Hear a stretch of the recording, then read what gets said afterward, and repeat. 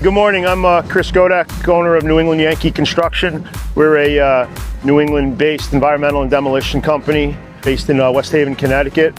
Today we're out at the Bridgeport Post Hotel project site. We're taking down this small portion of building. As you can see, we're pretty tight here. One of the benefits that we find using Steelwrist is our ability to adapt to small areas. We're going to be using this shear here today and this grapple bucket, both equipped with Steelwrist. Gives our operators the flexibility and the ease to switch in and out of attachments to properly size the material, and most importantly, to keep the job site safe. We've been using Steelwrist probably two years now, and I don't think we have a machine now that doesn't have Steelwrist on it. We really enjoy the efficiency, the product support, and you can take it from me, but you can listen to my guys and they can talk about how much they like Steelwrist.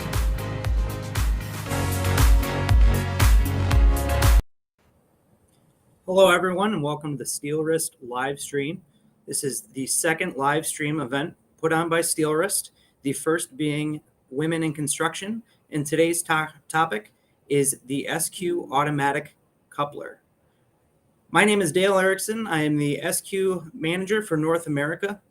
Welcoming you again. This is the Steelwrist Demolition live stream. This year's Steelwrist 20th anniversary, and we will be a platinum sponsor at the World Demo Summit in Nashville, November 3rd to the 5th. Today we have a list of panelists. First, I'd like to introduce Walter Reeves here from North America. Hello, and welcome everybody to the webinar. I've been in this industry for quite a while. The last stint before joining Steelwrist was to work with Volvo Construction Equipment and getting them into the demolition business for the last 22 years. But I'm very happy to promote this wet coupler into the demolition industry. Thank you. Next, I'd like to welcome Country Manager Tony Yoltalo. Hi, everybody, and welcome to this webinar. My name is Tony Yoltalo, working as a country manager for Sweden, Finland, and Baltic countries today, and been a part of Steelwrist SQ history from the beginning, and working for the company for 18 years. So thank you. And last but not least, we have Christian Yanis, who is the Vice President of Europe, the Middle East, and Africa. Good morning for some, good afternoon for others. Thank you very much, Dale. My name is Christian Yanis. I have been with Steelwrist for close to 20 years now. And I was, out of those 20 years, 6 in the US. So that's kind of what gives me the, I wouldn't say expertise, but kind of knowledge into this industry, where having worked in Europe and in the US has helped me see the patterns and the trends when coming to demolition. And it's a pleasure being here. Thanks for joining us, everybody. As you can see, we have a variety of different panelists here. Let's start off with Walter. Walter, you did explain to us you have had quite a bit of history here in the industry. How would you say that the demolition industry has evolved over time with technology? Well, if you go back not too many years, the way of dismantling buildings, they used to ball them down or trip them, get them on the ground, pack them in a container and take them to a landfill, where today it's a dismantling process more, and processing the materials on the way down, and recycle minimally 85% of the materials instead of taking them into a landfill. So I think it's very friendly to the environment and everything else. So it's changed, and it's only getting better every day. Now, you mentioned the ball and chain. What would you say what tool has the biggest impact on the industry now? Well, if you look at it today, your metal shears, your processors to break concrete, your multi-processors, which is made to break the concrete plus shear the rebar and stuff that's in it, and then your big concrete crackers, which takes heavy concrete and reduces it down so you can handle it. Those are your main tools for demolition, and having the ability now to change them out when they should. We've seen productivity go up 25% easy because you can use the right tool at the right time because you can change it out in a couple of minutes. Sure. Now, obviously, we started with the ball and chain. Now we're talking about processors, crackers, all this. What would you say the most common mistake or challenge is when selecting excavator attachments? Well, today, if you look at the multi-processors, they have a purpose, but every time you make one tool do multiple things, you're robbing Peter to pay Paul somewhere. So I think having specialty tools for each application and being able to change them out quickly with a coupling system is the proper way to do it. And we see that trend is coming back to the industry quite a bit. Sure. Now, could you share a couple more real world examples of where the fully automatic coupler is now really complementing those attachments? Well, yeah, as we visit customers that have bought into this technology, they will tell you flat out that their productivity has gone up. Their machine utilization by machine has gone up because now instead of taking 3 machines to a job, they will take 1 machine with all the tools and change them out. So their utilization is way up on the machines, which gives you a better return on your dollar for sure. Sure. Sure. And how do you think the operator's skill interacts with the technology in today's equipment? Honestly, I think today the operators have gotten a lot better than they were in the past because they have this technology available to them. And everybody wants to do a better job. So they use what the manufacturers give them in the base machine and what we give them out at the attachment itself and changing them again when they should. It's the operators are much better these days. Sure. And that was kind of the deterrent to people getting into this wet coupler, as we call it, is they were afraid that the operators would destroy them, but it's proving to be not true. Sure. So, and you continue, future trends, you see it continuing to go that way with a lot of old school customers? yeah, I think it's only going to grow. I mean, why wouldn't it? All the arrows are pointing in the right direction. So Sure. I would think anybody that is hesitant is going to be playing catch up at some time. Yep. So talking with Walter here, obviously we covered efficiency, the safety aspect, cost benefit, and the future trends. The next section, we're going to roll over to Tony Atalo here, and we're going to talk about the automatic couplers and hydraulic connection systems. Tony, give us a little example here of how do hydraulic couplers actually work? So the coupler itself, everybody knows perhaps how a quick coupler on an excavator works. You can connect and disconnect your work tools directly from the cabin. But what we do with the SQ couplers is that we do the same thing, but with oil connectors and also electrical connectors. So on your work tool, you have an adapter, which has, as we call the male couplings. And in your quick coupler, you have female couplings. And when you connect them together, the female and the male couplings connect to each other, connecting the oil flow and the electrical connector also, if needed.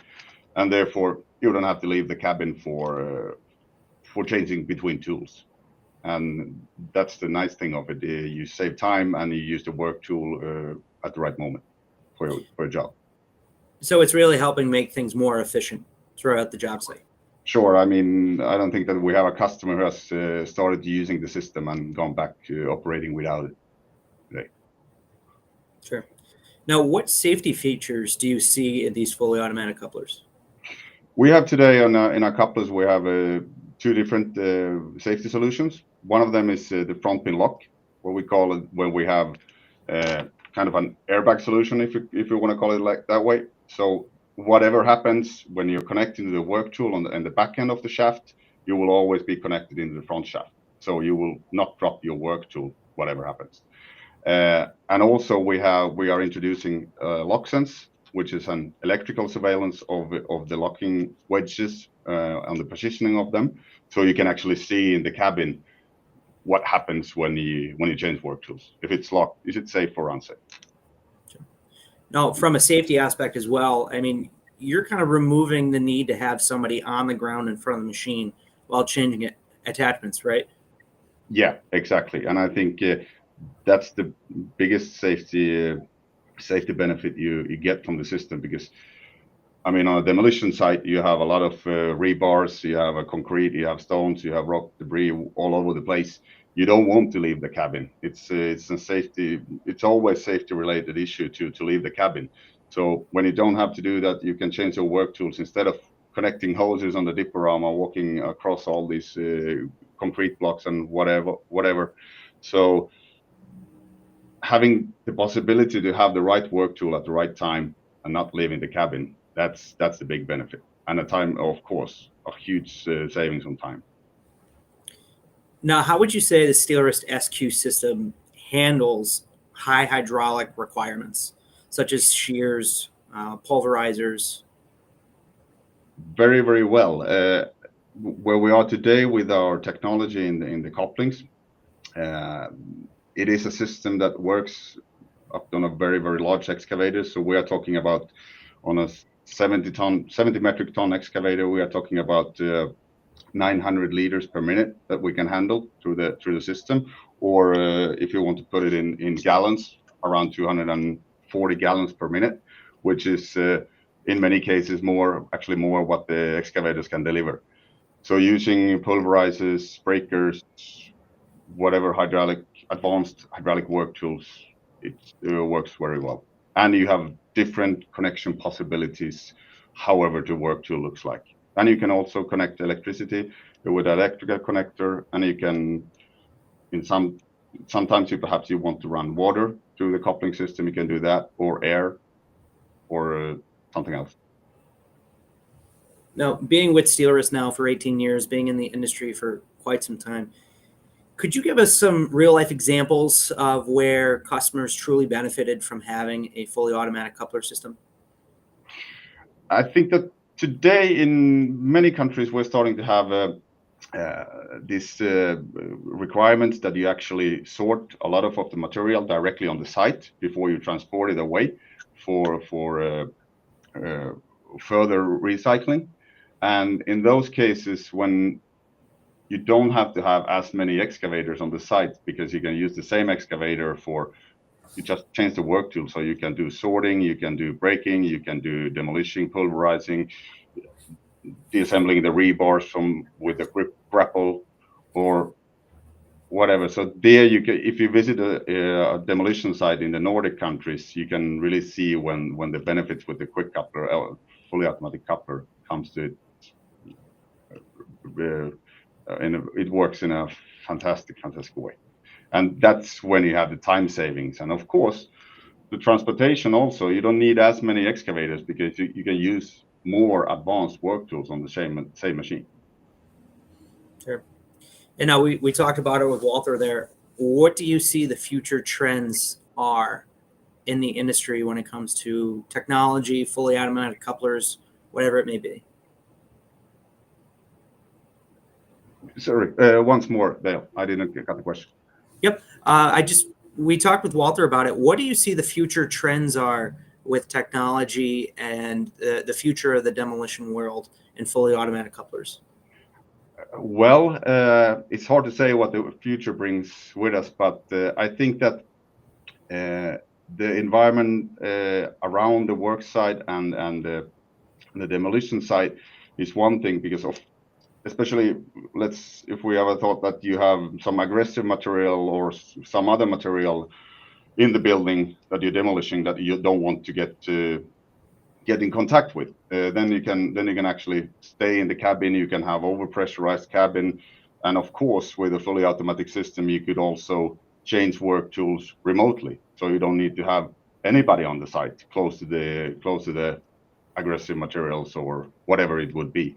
So we have been seeing some testings on shows with automatic or automatically controlled machines or machines that are controlled on remote. And I mean, you cannot do the work tool change if you don't have a fully automatic coupler, for example. Yes. Yeah. So some key takeaways here. Obviously, fully automatic couplers is huge when it comes to safety. Not having to put somebody on the ground, not having somebody climbing in and out of the machine to swap attachments. You're also looking at an efficiency factor of one machine with 4 tools versus 4 machines with 4 tools. And that leads to a cost savings as well. Definitely, yes. I mean, both the cost savings and the time savings, because the machine is always running the right work tool for the task. And that's the big thing, because otherwise, if you have your hydraulic breaker on, you don't want to get out of the cabin and change it as easily as if you can do it from the cabin in 30 seconds or less than a minute. Then you actually have the bucket on when you need the bucket, and not try to do the bucket job with the hydraulic breaker. Yes. Yes. And another thing is that also with hydraulic work tools connected to the system, the hoses get much shorter. They're not in a way, so you don't get hose breakdowns as easily. You don't get leakages on the site, and so forth. Therefore, so there's a lot of different things that customers using the systems need. That this is a game changer for real. Sure. And you brought up one more really good point there in the environmental aspect of it. Every time you connect and disconnect a hose, you're always losing hydraulic fluid, right? But with this, you don't have to worry about keeping a bucket next to the machine, trying to catch that hydraulic fluid on those clean sites. For sure. I had a customer who I met for a couple of years ago who invested in, I think it was 5 couplers on used machines. And he said that, yeah, sure, it wasn't kind of a big of an investment to make the work tools work with the system and put the couplers on the excavators. But I think that we have already in 1 year saved one set because we don't have the guy from the hydraulic firm to fix the hoses for us every second hour. Sure. Yeah. Awesome. Well, we're going to move on to our next section here. We're going to go over global standards and interoperability with Christian Yanis. Christian, what would you say some of the key standards are out there when it comes to compatibility of hydraulic couplers, fully automatic couplers? Well, if we back off from where we started first, before we got the, like Walter refers to them, the wet couplers.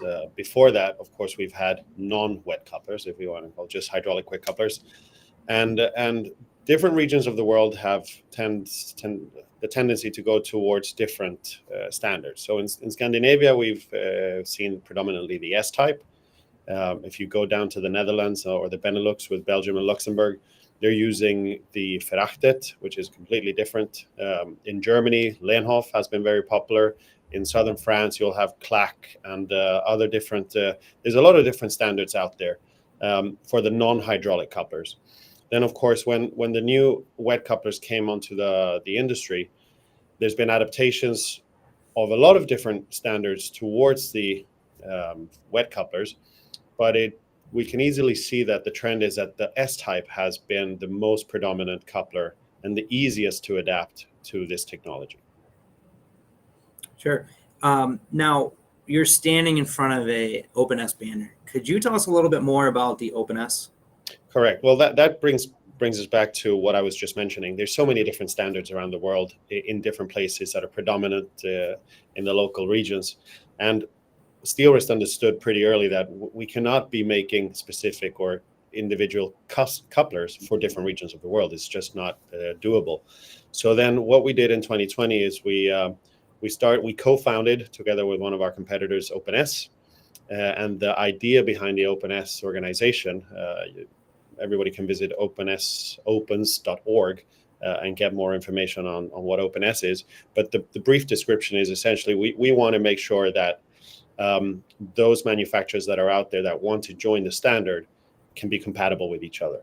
So a contractor or an operator that buys, for example, a Steelwrist SQ quick coupler and a work tool from another manufacturer that is also a member of the OpenS has a certainty that these two will match and work together without having any doubts. That gives the operators and the contractors peace of mind of knowing, okay, these two have been technically tested together. There's technical teams that make sure that all the tolerances are met and that the hydraulic couplings are connected in the right place, so that essentially you're on a job site that has a tool that's OpenS and you have a Steelwrist SQ quick coupler, you can pick it up and go at it. Sure, and you hit a really key point here, is the ability for interchangeability and operability between work tools manufacturers, but also on the job site, right? You might have two different manufactured machines who can now swap attachments back and forth simply because they have an OpenS coupler. Exactly. So on the OEM side, the machine manufacturers, many times they want to be proprietary. They want to keep their customer base for themselves. And kind of once you buy into this brand, you're stuck with everything they do. The OpenS and the Steelwrist mentality is completely the opposite. We want to make sure that you're open to choose what tools you want to buy, purchase, and work with. Everybody's traveled, or those who have traveled and left the country, and suddenly you come to a different country that has a completely different connector, is put into that same position. Why can't the cable that I use for my computer in the US work in Europe? Why doesn't the European one work in China? It brings us back to the same discussion of chargers for the phones. The OpenS is like the USB, essentially. We're trying to create the USB of wet couplers, so that no matter where you go, no matter who you buy your tools from, there is interchangeability, and you know that you can, rent tools without having the issue of not having, it's going to be more expensive, or the tool needs to be modified because it doesn't fit my standard. We see that very clearly in Central Europe, where a lot of rental companies for attachments are standardizing on putting SQ or OpenS brackets on their tools. So the contractors that don't own, for example, a processor or a crusher, but they do have breakers and other tools, can easily go there and rent the hydraulic tool for a week or two or for a specific project without having to modify it or put a lot of hours of work into it to make it work with whatever coupler they're using. Sure. Yeah, so for those who don't know, the Scandic countries, kind of backtracking here, have always been a leader when it comes to hydraulic couplers, correct? Now, outside of the Scandic countries where you see the OpenS being adopted more, where do you see, what region do you see is really leading the way for adoption of OpenS and any other interchangeable couplers? Well, I would say, of course, you clearly mentioned the Nordic countries, Scandinavia, are the pioneers when it comes to both hydraulic couplers and fully automatic or wet couplers. But it doesn't necessarily mean that it is the biggest market or the market with the most potential. We see Central Europe, like I was mentioning, Germany, Switzerland, Austria, even trickling down to Northern Italy, it's kind of, in some regions, is becoming a must. It's not a, do I want this? It's kind of like, I need this, I want this. So that's an interesting trend. North America, which I have experience of, was, on the other hand, a little bit slower. And that was, imagine coming from Europe, where we've had this technology for quite so many years, and moving to the US and having to do a proof of concept again, kind of, okay, guys, this coupler has been sold and used and, for many years. And the contractors in North America were hesitant it was perceived as new technology. So that kind of makes it a little bit slower to implement, because you got to have one first mover that dares try it and then tells his friends that, I bought it 2 years ago and it worked, and now everybody else is ready to take that leap. And that was a little bit frustrating, knowing that has been done many, many years ago somewhere else. So I'd say the North American market is interesting. There's a lot of large demolition contractors. And coming back to what Tony was mentioning earlier, and you asked a question of where would a coupler like this be used. For me, it was mind-boggling. Of course, it's, if you're bringing down a nuclear power plant, you don't want to be jumping in and out of the machine every 20 minutes. And that would be another application where I saw in the US contractors that say, okay, sure, I got to keep my guys in the cab as much as possible. Or we can send a guy in there because it's a nuclear power plant and the machine goes in and it's remote controlled. And being able to move in one machine with several tools versus having to bring in 3 machines that at the end of the project you're just going to pulverize, then it becomes quite a cheap investment. Sure. Now, you've spent a little bit of time around the world, right, working for Steelwrist. What challenges do you see that exist when it comes to implementing global standards? The biggest challenge, I would say, there's 2. The first one would be the fact that if you have already invested into a certain standard, which is non-hydraulic, and you've just 3 years ago or 5 years ago invested a lot of money in making all your machines interchangeable, and now this new technology comes, you're like, I just spent a lot of money in making sure that all my machines, even if they're from different manufacturers, are interchangeable. Now there's this new technology that I need to invest in again. So it's nearly sometimes easier for a contractor that is starting from zero to implement the technology than a contractor that is already have been forward thinking and added quick couplers to the machine, because now they're replacing quick couplers versus adding to a machine that was naked at the beginning. So that would be one of the challenges. The second challenge, I think, we are at different shows. We are members of the National Demolition Association, the NDA. We're members of the EDA. We're doing the World Demolition Summit. We're at ConExpo, Bauma. But a lot of contractors, they don't have time to go to these shows. They're busy working. So it's very difficult to reach these contractors and kind of tell them like, hey, I know your father and your grandfather did it this way, but you should listen to me and look into what I've got to, what I got to show you. Some people still say, well, I haven't seen this technology before. And that's, for me, who work with this daily, it's kind of frustrating and mind-boggling on who you're in the industry. How do you not know about this? So that's kind of how do we as a company or as an organization of the OpenS spread the knowledge of what's available out there to make jobs more efficient. Sure. Now, you bring up another great point, right? The future. Now, working with different end customers, hydraulic attachment manufacturers, where do you see the future for interoperability, interchangeability, OpenS? Well, I think there's a very bright future. We've noticed, Steelwrist has noticed that there's been a lot of will from a lot of different OEMs and tool manufacturers to join the OpenS in the last few years, which is precisely what we wanted. The more the merrier, because then more tools and more attachments will be compatible with machines out there. So there's a bright future knowing that more people want to be members of the OpenS. Primarily, that's the first one. Secondly, we see the trend. It's like Tony mentioned earlier. Once you've bought into the concept and you've tried it, there's no way you go back to not having it. So it's just patience and making sure that, one contractor sees another contractor work, understands that, okay, that technology is making him more competitive than me. I need to look into it.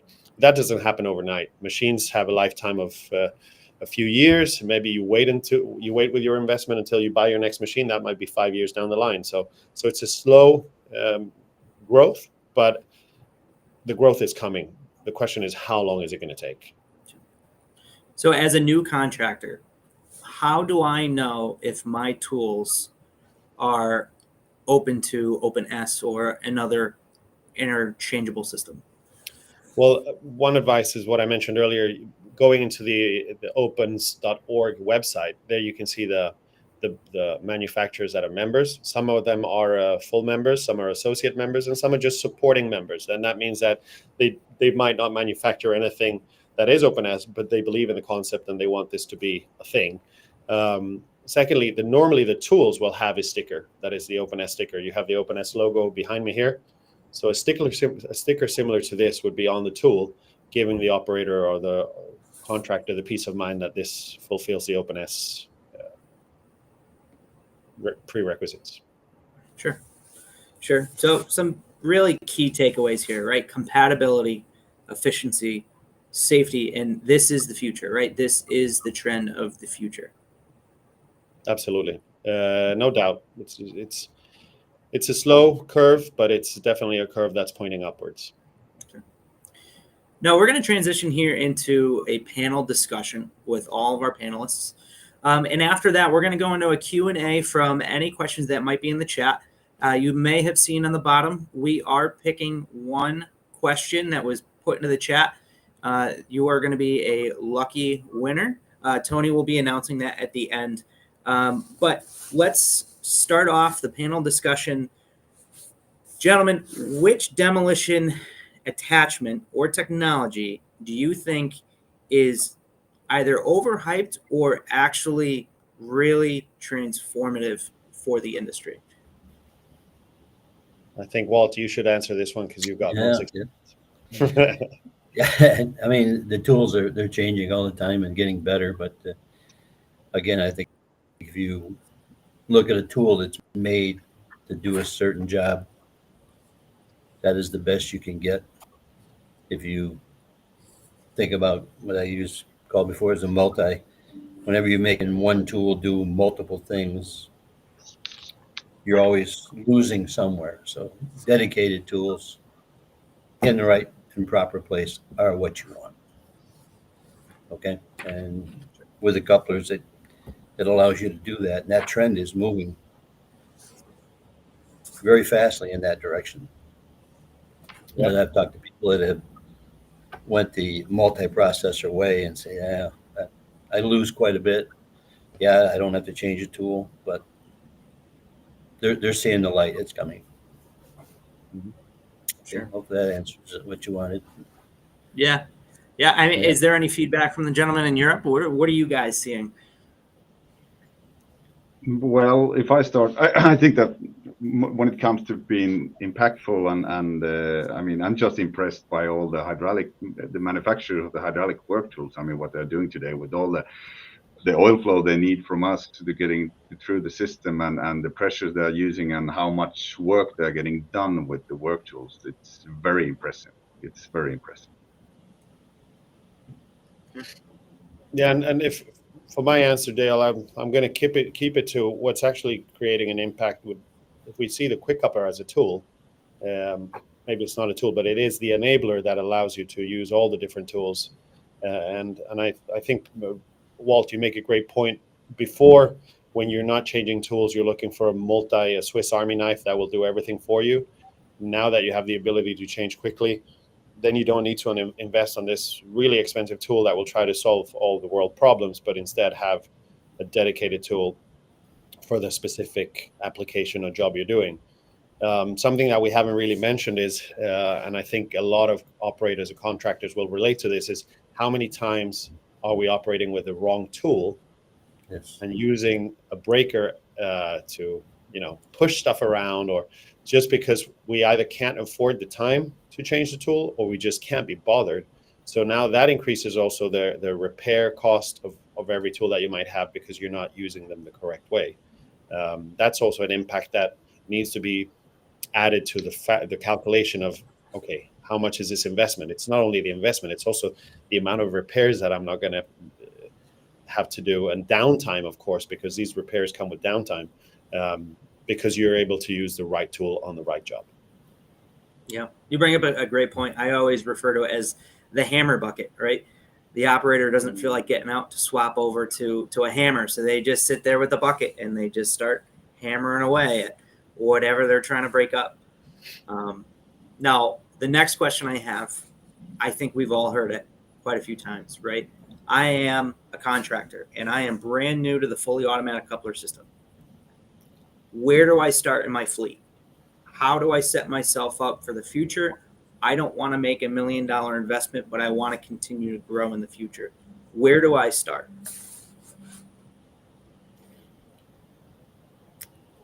I'll take that one. I mean, what I advise in the demolition industry is you want to see where you have compatibility of tools. Like I always tell the customers, start with the high reach machine and the support machines, because they normally use the same tools up and down, and then build out from there. I think that is the best way to go at it, because one of the biggest things we hear from the bigger contractors, I just can't afford to do everything. They want to do it all in one shot, and it's cost prohibitive in most cases. But that's where I would say start there, or take all your 21-ton machines and swatch them out, and then move up to the 30, 35-ton machine, and then your big machines. Different ways of looking at it, but eventually, once you get there, I mean, you'll never look back. Yeah. That's for sure. I don't know if it's the right or the wrong way to do it, but it's definitely a way that I've seen a lot of contractors do it when you have a lot of machines, of saying, okay, let's do a machine class or machine range year per year. So one year they'll do, like Walter was explaining, between 20 and 30 tons, where you have compatibility between those tools, and the following year they'll do the 30 to 40 metric tons, and so on. And it seems to have worked for those who've done it that way. Yeah, and I've had the same experience, and we always run into as well. You have those customers who, they run a ton of 30 metric ton excavators, and then they have that 120 or 125 ton excavator, and they want to make it work. And that's where the interchangeability is huge, because before, with the pin grabber coupler, it's a little harder sometimes to make that work. But when you're able to coupler size up or coupler size down, depending on what you're doing, right? It's really important to remember in the demolition world is you're a tool carrier.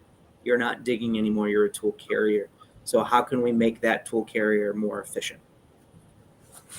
Absolutely. I think you have a great point there, Dale. And in demolition, of course, you're trying to make everything below the tool as light as possible, because then you want the tool to be as large as possible so that you can go harder at the concrete or the rebar. But we see a lot of contractors that will compromise a little bit on that mentality, just to be able to have the same coupler on different size machines, even if they're in a different range, just because it makes it so much easier. You don't need to go buy an extra set of tools for one specific machine if all the tools in your yard can work with pretty much all the machines that you're using on different job sites. Yeah, and in some cases, it actually makes sense also to change the size of the quick coupler itself. If you look at the very high reach machines, when you have 3 different booms for the machine, could be that you have to go with SQ90, SQ80, and SQ70. But the benefit having the 70 on the highest or the longest arm is actually that then you save a couple of 100 kilograms compared to the 80, which would have been a compromise.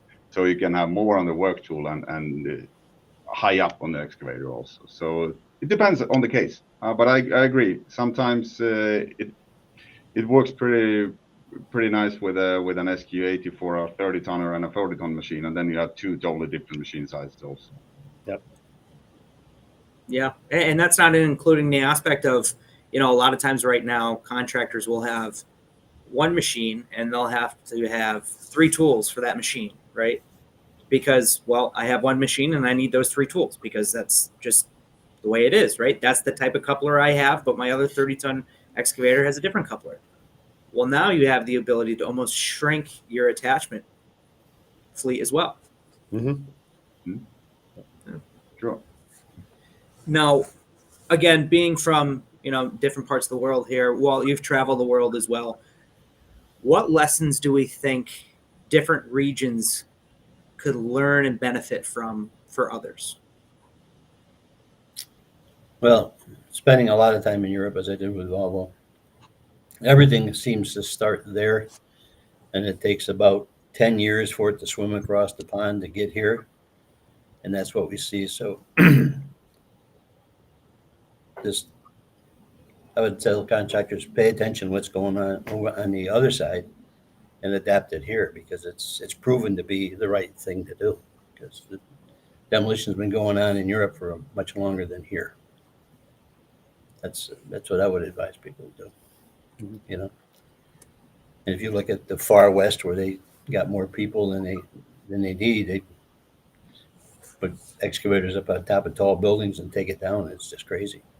Instead of using a proper high reach machine, So what are you saying, Walt, is look at Europe for the next trend, don't look at Asia or look at Asia for what you shouldn't do? Yeah, I would say. I think we have a question there. Yeah. We have a question here from Steve Earth Moving. Will you start designing Steelwrist demolition attachments, shears, etc.? May I take that one? Yes. Yeah, go ahead. Thank you, Steve, for the question. I don't think it's in line with Steelwrist strategy to start making demolition tools. I think we'd rather be the enabler that makes all the different tools work together with the carrier. And kind of it goes a little bit against the philosophy because we do collaborate and partner up with the different tool manufacturers. So if we were to start manufacturing tools, that would put us in a position where we're competing directly with our partners and the people that we're trying to collaborate with. And we are very, very good at doing quick couplers, and we are very, very good at doing tilt rotators. You kind of focus on what you're good at. And there is great manufacturers out there of demolition tools, and jumping into that pond with no experience on the actual demolition tool would probably be very challenging. Great question, by the way. And just to piggyback a little bit on that, Christian. Now, Steve, I think I followed you a little bit. You do a little bit of earth moving, tilt rotator wise.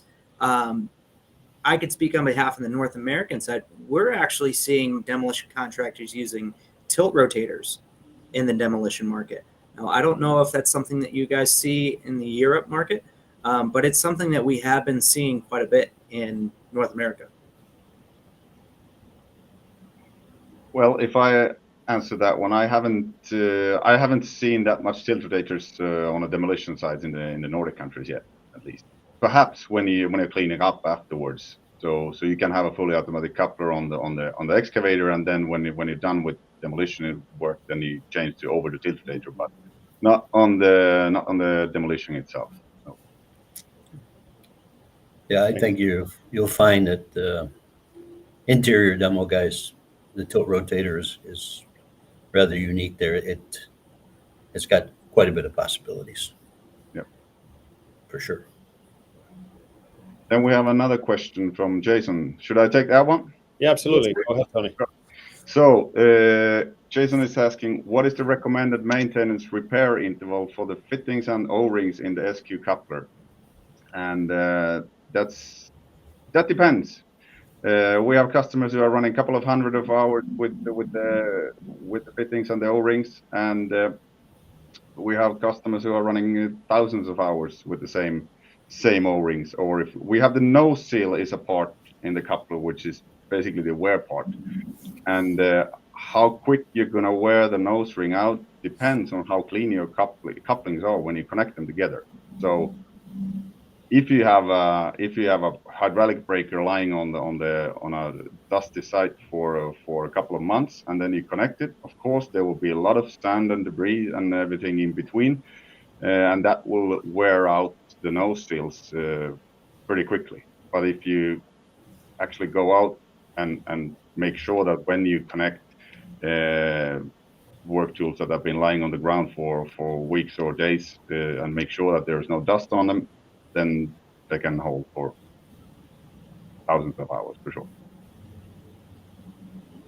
Thank you, Tony. Very good question, Jay. Thank you.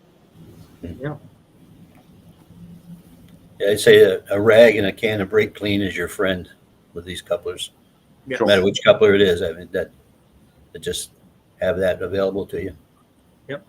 That, and another thing I like to tell customers is slow and steady wins the race, right? You're already saving the time of having to get out and connect and disconnect attachments. Take your time when you're curling in and uncurling from attachments. That's going to help, the intervals as well. Mm-hmm. Absolutely. There's another question. Dale, do you want to read it, please? Yes. From Able Tool and Equipment on our YouTube here. Do you see excavator manufacturers gravitating towards speccing in an S standard or open S to their configurations? And if so, which manufacturers are involved?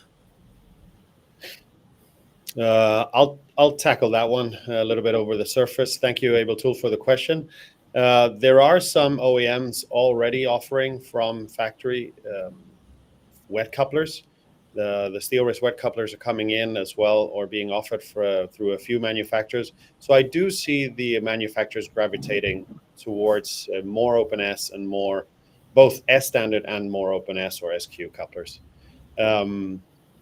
This happens gradually as demand for these couplers grows. Then the interest of the OEMs grows as well on adapting these in factory.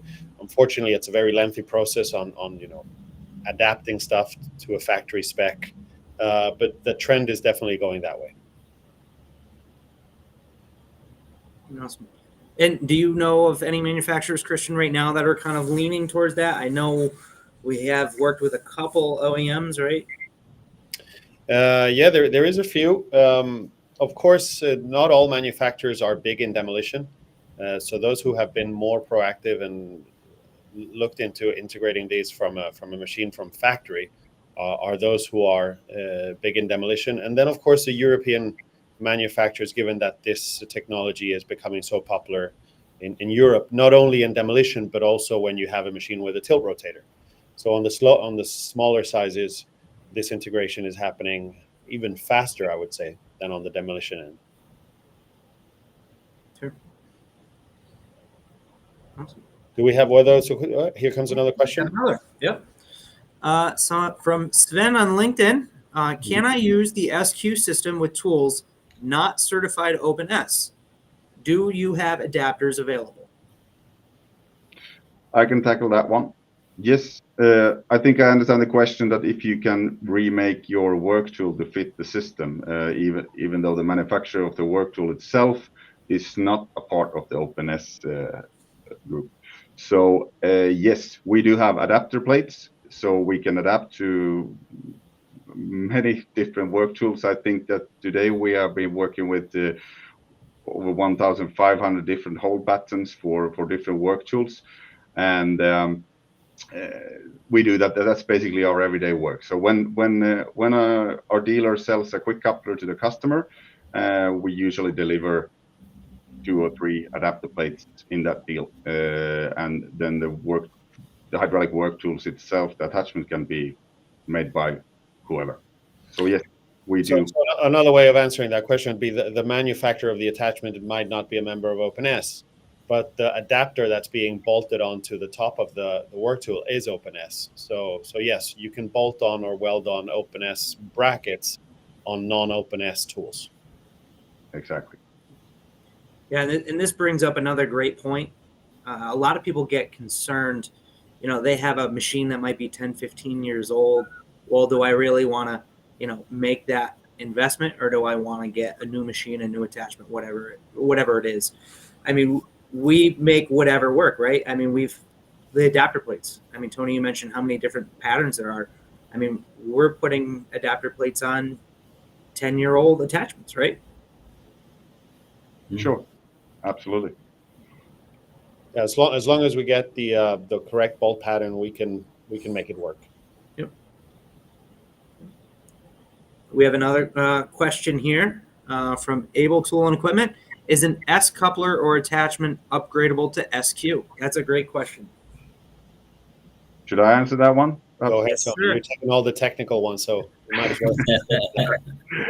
Sure. It depends a little bit on which generation of our couplers you have. But if we look at our S couplers today, for example, SQ's S70 coupler, you can actually update it to SQ70, and you can also do that on the bottom of the tiltrotator. So the attachment coupler itself on the tiltrotators on our new design of attachment couplers allows us to upgrade from S to SQ.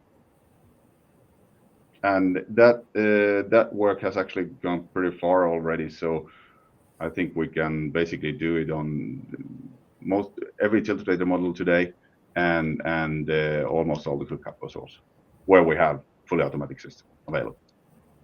Mm-hmm. Very good. Yes. Well, I think we have another question here from Gary.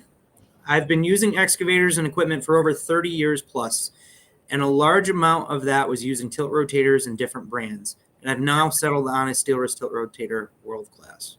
Well, not a question, but a very good comment. Thank you very much. Thank you, Gary. Thank you. So Dale, if you allow me for another 2 minutes before we start wrapping up, We've been talking about demolition for now 49 minutes. Yep. And all our focus has been mostly on the larger machines. We're talking high reaches, 30 tonners, 40 tonners. And the small machine within demolition in many places of the world is a 20 tonner. So that's when the demolition contractors, it says we have a few small machines and they're referring to a 250, kind of puts it in perspective. But I did want to use this live stream and the opportunity to mention the fact that we also just recently launched the SQ40. And we're actually we're actually seeing that for interior demo, you can actually bring a very small excavator through a doorway with a grapple or a breaker, and you can work with a small machine in demolition as well. And now we've just recently launched the SQ40, which we had not mentioned yet on the live stream. Yes, and that was able to be seen at Bauma, and it'll also be at ConExpo as well, correct? Mm-hmm. Correct. Very good. Well, is there a question? So we do have a question there from Rocco. When did this product come? I'm guessing, when was it originally introduced to market? So we launched the SQ40 officially in was it March, Bauma this year, and then that version was just a tilt rotator with a direct fit pin on top with the SQ on the bottom. It just recently became available with a sandwich version, so you're able to place orders now for delivery of probably January 2026 for the quick coupler alone, or with in combination with a tilt rotator. Thank you, Rocco. Now I have one more question for the group before we go and wrap up here. I think everyone will have a different aspect on this, but what do we think a demolition site will look like in 5 to 10 years? Walt, I think this one's for you. I think you're going to see more machines that are multitasking for sure. The tool developments are just changes daily now. So I would see, honestly, fewer machines doing more work, a lot more recycling, everything done and consumed and put almost back into the site if it's going to be redone or made into an industrial park or whatever. So I see more of that happening right in place. Not so much materials being trucked off site, stuff like that. So that's what I see. Yeah, I think Walter, you make a great point. My experience, my limited experience, has kind of seen this merge of, when you're talking demolition, it starts as demolition. We were mentioning earlier just a wrecking ball and bringing the building down. That was a primary objective. And today, when we go to all these different galas that are evolving around demolition, a lot of it is both safety, which we've tackled a lot today, and the other one is sustainability and recycling. So essentially, recycling is merging with demolition to a point where it's becoming the prime focus.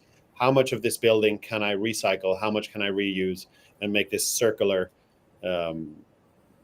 process of the materials that I'm bringing down, I'm reusing. That has seen a trend that I've seen in the last few years, where for every convention we go to or for any show that we go to, the discussions are more about recycling. And I think maybe what you're saying, Walt, is extremely spot on. Of more of this is going to be taking place on the actual job site versus having to move trucks in and out of the job site. That's where I see the trend going.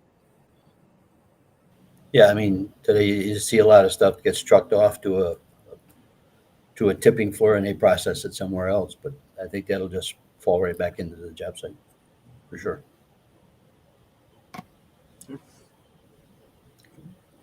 Now, getting back to the Q&A, the questions and answers here, Tony, I think we have a couple winners. Yes, we do. So we start with Steve.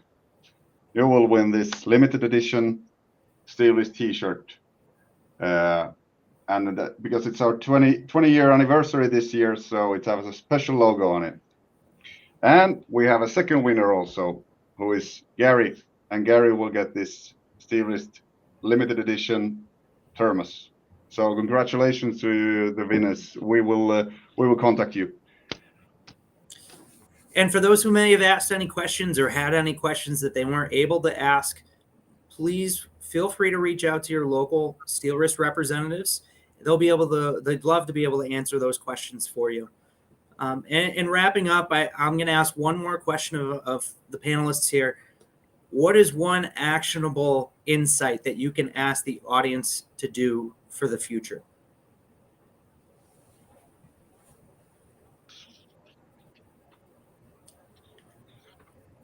I'll start with this one, all right?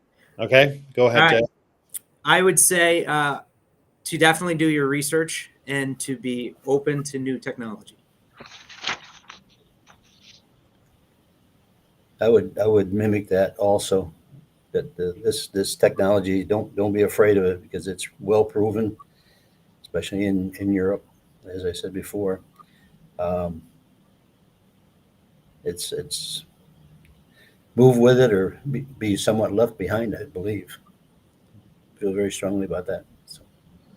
I think you make a great point, Dale. I think doing the research, I mean, I know that I do my research whenever I'm going to buy anything for me privately. You spend hours and hours surfing the web and trying to get, all the different angles and the pros and cons. I think when looking at a product like a wet cup or the SQ, do your research. And I would say don't be afraid of picking up the phone or sending an email to experts. We have a lot of personnel that's willing and happy to answer questions, and they're very technically inclined. So just pick up the phone and ask the questions you need to ask to get the peace of mind of knowing that you're doing the right investment. Right. Yeah, I agree with what you guys are saying, and I think one insight is that if you don't have fully automatic couplers yet and you're working in demolition, I mean, all of our customers who are using the system are not going back to hoses and connectors. So I mean, that should be enough to understand how well the system works. And also, I would say that from a Scandi perspective, please reach out to your work tool dealers also, because they know a lot from these systems already, and we have a lot of connection with our dealers all across the Nordics. So reach out to them or give us a call. Awesome. Well, guys, I thank you very much for being panelists on this today. I thank all the viewers for joining us and supporting us. Again, this is our 20th year anniversary, so we thank you for that. We look forward to hopefully seeing you at World Demolition Summit here in Nashville. The 4 of us will be in attendance. And if not, hopefully see you soon. And again, if you have any questions at all, please, please, please reach out to your local Steelwrist representatives, and we would love to help you out. Thank you very much. Thank you. Thanks, guys. Thank you. Yep.